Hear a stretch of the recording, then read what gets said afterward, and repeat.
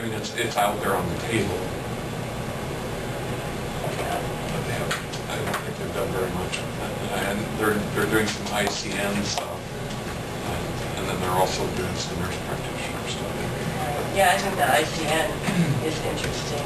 I know Dawn Menser, speaking of that, she had a case manager who's very ill and having to do quite a bit of treatment up in Rochester, and she was trying to get an exception for him to be able to do his face-to-faces over the nightstand type thing. Thinking of like the psychiatrist doing that, and that was kind of her argument, and they didn't allow it, so I was kind of pushing it. But, you know, psychiatrists can do it, and, you know.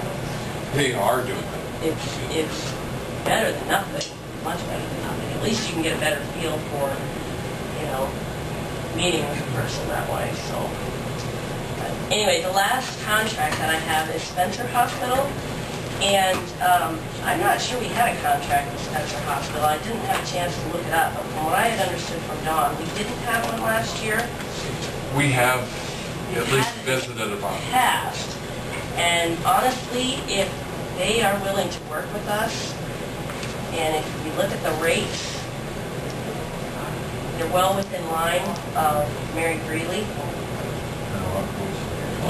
And yeah, and we've had pretty good luck when we've gone through our three that we do have contracts with, getting people into Spencer lately. So I would encourage going ahead with the contract with Spencer, because quite frankly, we need all the options that we can get. I'll make a motion.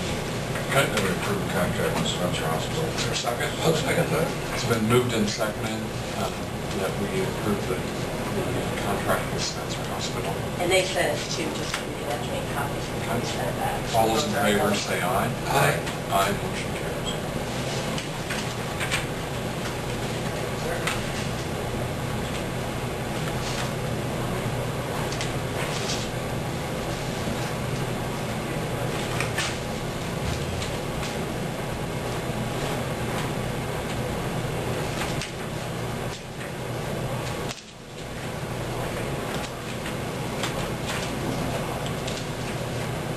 And a couple other things that I just have to report on today is we did, and Rick, you may already know some of this, we got a little more information about the 15-minute billing and the on-call. They have put a hold on any rule changes for 70 days. So until they come up with something different, we are to continue to bill at a monthly rate. The 15-minute billing and assessment, the new assessment that they have for us to use, I can't think what else is in there, the TCM, is more a paperwork issue, but those things have been put on a 70-day hold. Both of them have. Not the 24/7, that is just on hold till October 1st. Okay, because I knew the 24/7 had been delayed. I didn't know about They said a 70-day hold, but they could make a decision before that. They've extended it 70 days to kind of try and come up with either a different way to do it, a more argument not to, or the new director of DHS. He kind of voiced the opinion that the feds were saying you couldn't do a monthly, but they were open to discussion of some other level, and didn't indicate what that was. So I knew, I was pretty sure they were delaying it, but didn't know for long. they told us we could go ahead and start using the assessment now, which we're going to just start doing on an annual basis. When their annual review comes around, that's when we do the assessment, and they said that was okay. We didn't have to go in and do everyone's over again. We could do it as their annual meetings come up, so we're going to go ahead and start doing that. And what that new assessment does, we have a level of care. We also call it a FAST tool. It's 19 pages long that we have to do once a year, and that establishes that the person remains eligible for the MR waiver or whatever they're on. And it's not really, it doesn't consume a lot of time to do that actual report. It's the sending it in and getting the okay back and that sort of thing. But what they're doing now is they're going to combine that report with the assessment. And the assessment's still pretty long, but you're only doing the one thing, and it will save a little bit of time. Some of it is a checkoff list, some of it is a narrative form. So did they, I talked to Robin and Paul at Storm Lake at our ISAC meeting, is that when they delivered that message then? I wasn't able to make it to that. I was homesick that day, but so I don't know for sure what they discussed that day, but I got the information on Friday in an email.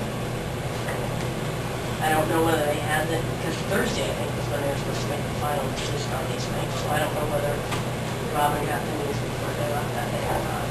That's what I heard, was Friday on my emails.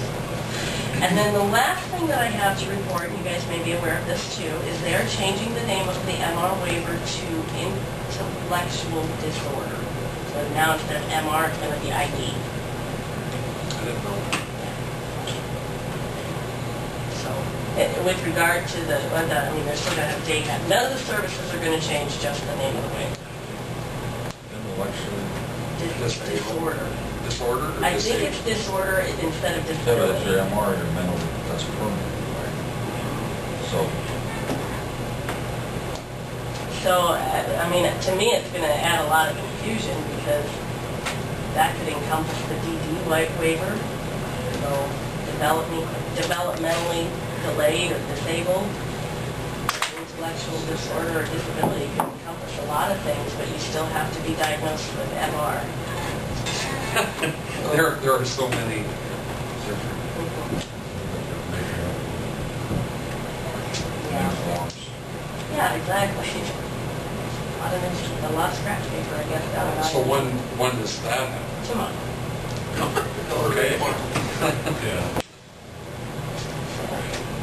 Anyway. So do you have to resubmit everybody who's on that then to get, No, you don't? it's just a name change. And that was the other thing too that I was going to let you know. We no longer have to do a case management prior auth like we used to have to do. We would enter this information in and then they would determine the person was eligible for case management. We still have to put that information into ISIS to get the service into ISIS, but there's no one on the other end that approves it. It's just, so it's entered, they know the person's getting the service, and then we'll have an NOD saying that the service was entered into ISIS, but there's no one on the other end that approves it anymore. However, the downside to that is we still haven't been told once we do start doing whatever other type of billing we do, we're still putting in one unit because we still bill monthly units. But they still have not directed us what to put in when it comes time to do smaller increments of billing. So they keep avoiding that question, so we don't know what. The NOD is notice of decision. That's when they made that application, somebody Sorry. just approved or not approved. So there used to be someone at DHS that said, yeah, they're eligible, we can go ahead and start the service, but now we just fill out this paperwork and receive it, so. That seems kind of strange. I thought it was a little odd too. Their service will still be entered into ISIS, though, and we'll still be able to get an NOD. That's the way it's described in the email, but as yet, I don't know of anybody that's tried to do it, so it may come up till once they go into ISIS and try. But it's supposed to be time saving too, where you're not held up, like they're saying a day or two to Yeah, but get how do you information. keep, it can be later than reviews in the ISIS part of it, that you had an answer whether they're eligible or not, and so then you're good to go or not. But it's my understanding nobody's going to look at it. It's just you fill out this information and So how are they gonna determine whether they're eligible or you know, if yeah, it said that. Unless it's through the assessment, they're going to determine the need for case management too. I don't know.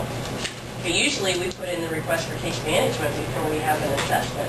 Well, the assessment is done before we put in the request for case management. So my guess would be when they look at that, then they'll know whether they're going to approve the case management or not. Because you do the assessment first, so you know there's a need. So it would probably go hand in hand with that. So it's just taking a step out of it.